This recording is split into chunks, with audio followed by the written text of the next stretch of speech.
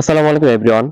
BPL এ পরপর দুই আসরে অংশ নিল চ্যাম্পিয়ন স্পোর্টস লিমিটেডের ঢাকা ক্যাপিটালস দল এবং পরপর দুটি আসরে তারা মাঠের ক্রিকেটে তারা ব্যর্থ হয়েছে। এমনকি তাদের উপর গত বিপিএল অর্থাৎ সদ্য শেষ হওয়া বিপিএল এর আগের বিপিএল যে বিপিএল তার প্রথম অংশ নিয়েছে সেখানে তাদের এগেইনস্টে ফিক্সিং অভিযোগ এসেছে এবং সদ্য শেষ হওয়া বিপিএল এ তাদের এগেইনস্টে এসেছে পেমেন্ট ইস্যু নিয়ে অভিযোগ। এই সকল কিছু মিলিয়ে ভবিষ্যতে এই দলটি কি থাকবে কিনা বা এই ফ্র্যাঞ্চাইজিটি থাকবে কিনা সেগুলো নিয়ে আজকে ভিডিওতে আলোচনা করব। প্রথমত 2025 বিপিএল অর্থাৎ বিপিএল এর একাদশ আসরে যখন তারা প্রথম অংশ নিয়েছিল সেই আসরে তারা লিগ পর্বে 12 ম্যাচ খেলে মাত্র 3টাতে জয়লাভ করে 6 পয়েন্ট নিয়ে পয়েন্ট টেবিলের 6 নম্বরে থেকে তারা লিগ পর্ব তাদের শেষ করেছে। অর্থাৎ 7 দলের বিপিএল এ তারা 6 নম্বরে থেকে তারা শেষ করেছেন। এই বিপিএল এ অর্থাৎ সদ্য শেষ হওয়া দ্বাদশ আসর যেটা 2026 বিপিএল, এই বিপিএল এ তারা 6 দলের অংশগ্রহণে বিপিএল এ 10 ম্যাচ খেলে 3 জয়ে 6 পয়েন্ট নিয়ে পয়েন্ট টেবিলের 5 নম্বরে থেকে তারা লিগ পর্ব শেষ করেছেন। দুইটা বিপিএল এ তাদের প্যাটার্নটা খেয়াল করুন। গত বিপিএল 7 দলের বিপিএল এ 12 ম্যাচে 3 জয়, তাদের অবস্থান হচ্ছে 6 পয়েন্ট নিয়ে পয়েন্ট টেবিলে 6 নম্বরে। এবারে বিপিএল এ তারা 6 দলের বিপিএল এ 10 ম্যাচে 3 জয়ে 6 পয়েন্ট নিয়ে পয়েন্ট টেবিলের 5 নম্বরে, অর্থাৎ সেকেন্ড তলানিতে থাকা দলের একটু উপরে। অর্থাৎ গত বিপিএল এ ছিল 7 দলের বিপিএল এ 6 নম্বর, এই বিপিএল এ 6 দলের বিপিএল এ তারা 5 নম্বরে। যদি বিপিএল এ এবার বিপিএল আরেকটা দল থাকতো বেশি, হয়তোবা তাদের অবস্থানটা হতো 6 নম্বরে। এখন পরপর দুটি আসর মিলিয়ে মোট যে 22টি ম্যাচ খেলেছে, 25 আসরে 12 ম্যাচ সেখানে 3 জয়, 26 আসরে 10 ম্যাচ সেখানে 3 জয়, দুই আসর মিলিয়ে মোট 22 ম্যাচ খেলে তারা 6টা ম্যাচে মাত্র জয় পেয়েছে এবং 16টা ম্যাচ তারা হেরেছে। এরকম পারফরমেন্সের পর এই দলটা যে একটা প্যাটার্নে তারা চলমান রয়েছে, প্যাটার্ন বলতে বাধ্য হচ্ছে এই কারণে তারা দুটি আসরেই তারা টুর্নামেন্টের তলানিতে থেকে তারা শেষ করেছে। অর্থাৎ সেকেন্ড তলানিতে থেকে, অর্থাৎ গত বিপিএল 7 এর উপর 6, এবারে বিপিএল 6 এর উপর 5 থেকে শেষ করেছে এবং দুই বিপিএল সমান পরিমাণ 3টা করে ম্যাচে কিন্তু তারা জয়লাভ করেছে, 3-3 6 জয়। এমত অবস্থায় এই দলের ভবিষ্যৎ নিয়ে কিন্তু একটা শঙ্কা রয়েছেই। পাশাপাশি গত বিপিএল এ অর্থাৎ 2025 বিপিএল এ তাদের উপর অভিযোগ ছিল যে তারা ফিক্সিং কেলেঙ্কারিতে জড়িত, যদিও সেটা এখন পর্যন্ত প্রমাণিত হয়নি। তাদের সাথে আরো দুইটা ফ্র্যাঞ্চাইজি সিলেট স্ট্রাইকার্স এবং দুর্বারাচ্ছের নামও এসেছিল, কিন্তু সেটা এখন পর্যন্ত প্রমাণিত হয়নি। তবে অভিযোগ বা রেড মার্ককারী দল বললেও তাদেরকে চলে। এবারে বিপিএল এ তারা পেমেন্ট জটিলতা ধরে রেখেছে। গত বিপিএল এ তাদের এগেইনস্টে এতটা পেমেন্ট ইস্যু ছিল না বললেই চলে। এবারে বিপিএল কিন্তু তাদের এগেইনস্টে পেমেন্ট ইস্যু রয়েছে। এমনকি বিদেশি প্লেয়ারদেরকে দলে ভেড়ানোর ক্ষেত্রে দুইটা বিপিএল এ কিছু সিমিলার কিছু ত্রুটি ধরা পড়েছে। ত্রুটি নয়, বিপদ বা মহা সমস্যা বললেও ভুল হবে না। গত বিপিএল এ অর্থাৎ 2025 একাদশ আসরে তারা অ্যালেক্স হেলসকে দলে ভেড়ানোর ঘোষণা দেয়। পরবর্তীতে অ্যালেক্স হেলস চলে গিয়েছিল রংপুর রাইডার্সে। তারপর তারা জনসন চার্লস, সাইম আইয়ুবের ঘোষণা দেয়। জনসন চার্লস এবং সাইম আইয়ুব দুজনের কেউই বিপিএল খেলতে আসেনি। শেষ পর্যন্ত তারা কাদেরকে নিয়ে খেলেছে? সিসারা পেরেরা, শুভম রঞ্জনে, চাপরঙ্গা ডি সিলভা, আমির হামজা, স্টিফেন স্কেনাজাই, রনসফোর্ড বিটন, এই সমস্ত ক্রিকেটারদেরকে নিয়ে তারা খেলেছে এবং তাদের হেড কোচ ছিল খালেদ মাহমুদ সুজন। এখন অনেকে আমরা জানি যে দুর্দান্ত ঢাকার হয়ে খালেদ মাহমুদ সুজন যখন হেড কোচ ছিল তখন কিন্তু দল তলানিতে থেকে টুর্নামেন্ট শেষ করেছে 2024 বিপিএল এ। 2025 বিপিএল এ সুজনের আন্ডারে তারা এরকম পারফরমেন্স করেছে এবং এই ধরনের বিদেশি এনেছে। কিন্তু সদ্য শেষ হওয়া 2026 বিপিএল এ তাদের দলে সুজনের আধিপত্য ছিল না, উল্টো তারা টবি রেডফোর্ডকে এনেছিল তাদের হেড কোচ হিসেবে, যে আবার টুর্নামেন্টের মাঝপথে চলে গিয়েছে। আবার এবারে বিপিএল এ গত বিপিএল এর নেই কিছু তাদের সমালোচনা করার মতো কিছু মহারসদ কিন্তু তারা দিয়েছে। সেটা হচ্ছে, প্রথমটাই হচ্ছে গত বিপিএল এ নেই, এবারে বিপিএল এ তারা ঘোষণা দিয়ে ইলেকশন আসবে, পুরো বিপিএল খেলবে, পরবর্তীতে বলে যে তারা আইএল-টি20 শেষ করে আসবে, কিন্তু শেষ পর্যন্ত কিন্তু ইলেকশন বিপিএল খেলতেই আসেনি। এমনকি তারা যে নিলাম থেকে দাসুন চানাকে নিয়েছিল সেও বিপিএল খেলতে আসেনি। এমনকি তারা যে এবারে বিপিএল এর অন্যতম একটা সমালোচিত ক্রিকেটার উডেন স্মিথ, যে লাস্ট কয়েক বছর যাবত ফ্র্যাঞ্চাইজি লিগে তার কোনো ডাক নেই, সেই ওয়েস্ট ইন্ডিজের উডেন স্মিথকে তারা আনতে ব্যর্থ হয়েছে। শেষে তারা খেলিয়েছে কাদেরকে? তারা খেলেছে উসমান খান, রহমতুল্লাহ গুরবাজ, সালমান মির্জা, ইমাদ ওয়াসিম, জোবায়ের আকবরী, জিয়াউর রহমান শরীফের মতো ক্রিকেটারদের। যদিও রহমতুল্লাহ গুরবাজ, উসমান খান, সালমান মির্জা, ইমাদ ওয়াসিম বড় মানের ক্রিকেটার, কিন্তু তারপরে এদেরকে নিয়েও কিন্তু টুর্নামেন্টের রেজাল্টটা কি হয়েছে? 10 ম্যাচে তাদের 3 জয়।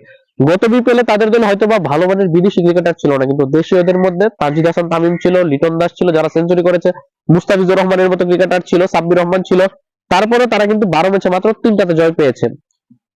এবছর তারা হয়তোবা তারা দেশীয়দের মধ্যে বড় তারকা খুব বেশি তাদের দলে নেই, কিন্তু বিদেশিদের মধ্যে কিন্তু তাদের বড় বড় তারকা ছিল। রহমানুল্লাহ গুরবাজ ছিল, উসমান খান ছিল, যদিও গুরবাজ অল্প কিছু ম্যাচ খেলেছে, উসমান খান পুরো বিপিএল খেলেনি, ইমাদ ওয়াসিম পুরো বিপিএল খেলেছে, সালমান মির্জা মাঝে পাকিস্তান সিরিজের জন্য চলে গিয়েছিল। গত বিপিএল এ এবারে বিপিএল এ তারা কিছু ভালো মানের বিদেশি ক্রিকেটার দলে ভিড়িয়েছিল, যদিও অ্যালেক্সেল দাসুন টানাকে আনতে পারেনি। তারপরেও কিন্তু এবারের বিপিএল এ তাদের রেজাল্ট ছিল গত বিপিএল এর নেই সর্বমোট 3 জয়।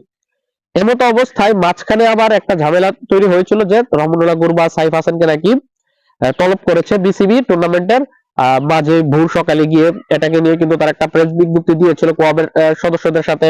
এই ঢাকা ক্যাপিটালস এর সিইও আতিক ফাত সাহেব অভিযোগ করেছে রহমানুল্লাহ গুরবাজকে, সাইফ হাসানকে সকালে, সাইফ হাসানকে ম্যাচে যাওয়ার আগে তলব করা বা রহমানুল্লাহ গুরবাজকে ভোরে গিয়ে তলব করাতে তাদের পারফরমেন্সে সেটার প্রভাব পড়ছে। কিন্তু সর্বমোট মিলিয়ে কিন্তু তারা পারফর্ম করতে পারেনি, তারা পেমেন্ট ইস্যু ঝুলিয়ে রেখেছে। এই সকল কিছু মিলিয়ে তাদের অন্যদিকে মানে ওই রহমানুল্লাহ গুরবাজ, সাইফ হাসানের বিষয়টা দিয়ে তারা টুর্নামেন্টে তাদের পারফরমেন্স বা তাদের পেমেন্ট ইস্যুটাকে তারা অন্যদিকে ডাইভার্ট করার চেষ্টা করেছে, কিন্তু তারা কিন্তু পুরোপুরি ভাবে ফেল করেছে। কিন্তু শেষ পর্যন্ত তাদের পারফরমেন্স এবং তাদের সবকিছু কিন্তু এখন সামনে এসেছে।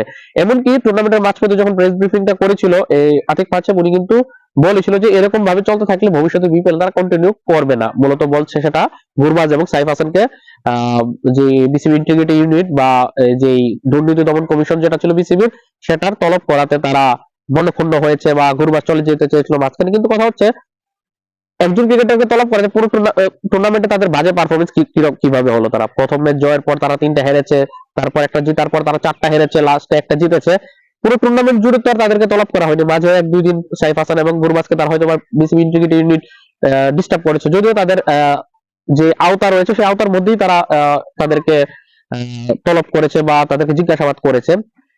এখন এমতো অবস্থায় ঢাকা ক্যাপিটালস এর যে দর্শকরা, যে হিউজ একটা দর্শক শ্রেণী, পরপর 2 আসরে তারা শাকিব খানের নাম প্রথম আসরে জড়িত ছিল খুব ভালোভাবে, দ্বিতীয় আসরে শাকিব খানের নামটা ওইভাবে জড়িত ছিল না, তবে 2টি আসরে সাব্বির রহমানের একটা হিউজ ফ্যান বেসকে তারা কিন্তু গ্র্যাব করতে পেরেছে। 2 আসরে তারা সাব্বিরকে খেলেছে তাদের দলে, তারপরেও তারা এই ধরনের পারফরমেন্স করেছে।